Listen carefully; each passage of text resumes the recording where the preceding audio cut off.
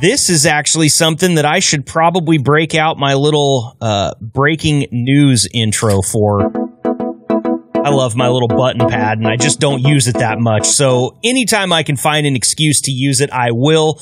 A little bit of breaking news here in the case of David Schultz. Now, if you forgot who David Schultz is, from listening to this podcast, actually back in, I believe it was late December, we did an episode that had a lot of talk about David Schultz, who's a missing truck driver out of Iowa.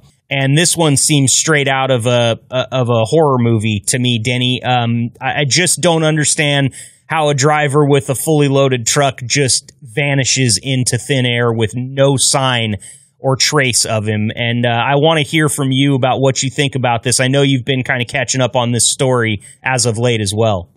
I have, and like you, I did a little research when you mentioned we were going to talk about this. And, you know, a lot of drivers get into trouble when they invite that trouble into their truck. I don't think this is the case here. This would be, say, at a truck stop or somewhere they let a lot lizard in, or a drug dealer or something to that effect. But I don't think this is the case here. Another thing, it could be a random act of violence, but wouldn't the law enforcement community found some clues? Mm-hmm. I mean, they didn't take any of his personal effects, like you said.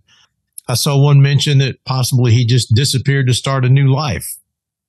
From what his wife is saying and stuff, that sounds doubtful, but I mean, I suppose it's not beyond comprehension.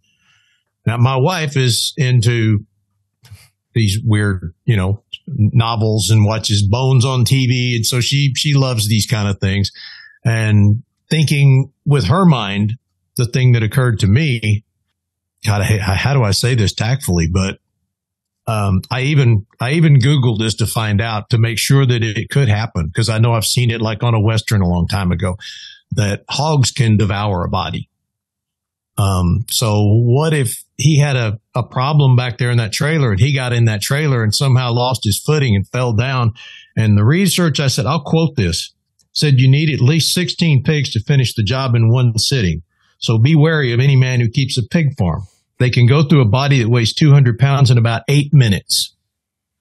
But I don't know. Wouldn't there be shreds of clothing, things like that? But I mean, he was hauling hogs, right? Yes, he was. And he was full at the time, from what I understand. I know that we all have been guilty, all by truck drivers, I mean, but probably everybody. But we all have gotten overconfident and cocky in our abilities and gone, whoa, wait a minute, back up. I know one time I had my Jake brake on in icing conditions, and my trailer started trying to pass me. That was either stupidity or overconfidence, but that's what I'm talking about. Maybe he was overconfident in his ability. He got back there to straighten out some fight between the pigs or something. And anyway, I don't know how likely that is, but that would be a way he could disappear. And I think that's part of the highlight of why this story is so just out of this world, is that you have to consider all these possibilities, even if it might sound far-fetched at this point. And I do want to enter into the conversation because I love what you did there, just trying to figure out, maybe it was some type of crazy fluke accident. Is there a possibility that happened? Absolutely. The same way there's a possibility that he decided that he didn't want to be with his family anymore and up and left, even though there were no clues to that. Same way there's a possibility that this was a bad actor and there was an act of violence involved, even though there are no clues of that. One thing I think is very important here, we live in a world of internet sleuths, these days. And I, just like your wife, I'm a fan of the true crime genre. I listen to podcasts. I watch the TV shows.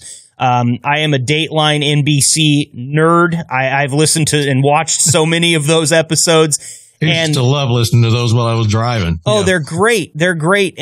But the one thing about it is it turns a lot of us into kind of dashboard experts, because we've listened to so many different cases and we think that we understand it, when really the people that are out there looking for David right now are the people that should be out there looking for David.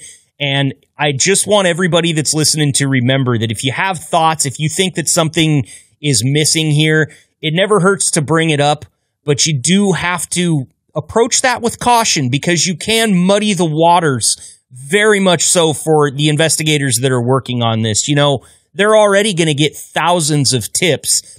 And if some dude from Northeast Oregon decides, hey, I know what happened to David, and I start flooding the tip line with all sorts of woo-woo crazy ideas that don't make any sense whatsoever, they still have to filter through that stuff. And it makes it even tougher for them to do their job. So while you're doing your due diligence out there, if you're listening and you're thinking that you might know something or you might have a tip for the police, vet that thing really well. Obviously, send it in if it makes sense and it's something that is a possibility. But do remember that the professionals out there that are pounding the pavement right now have been doing it for months, and there's always a good chance that they know some things that they aren't telling us. That's something that happens frequently. The media has a way of setting wildfires and then walking away from them, and that does not help in these investigations.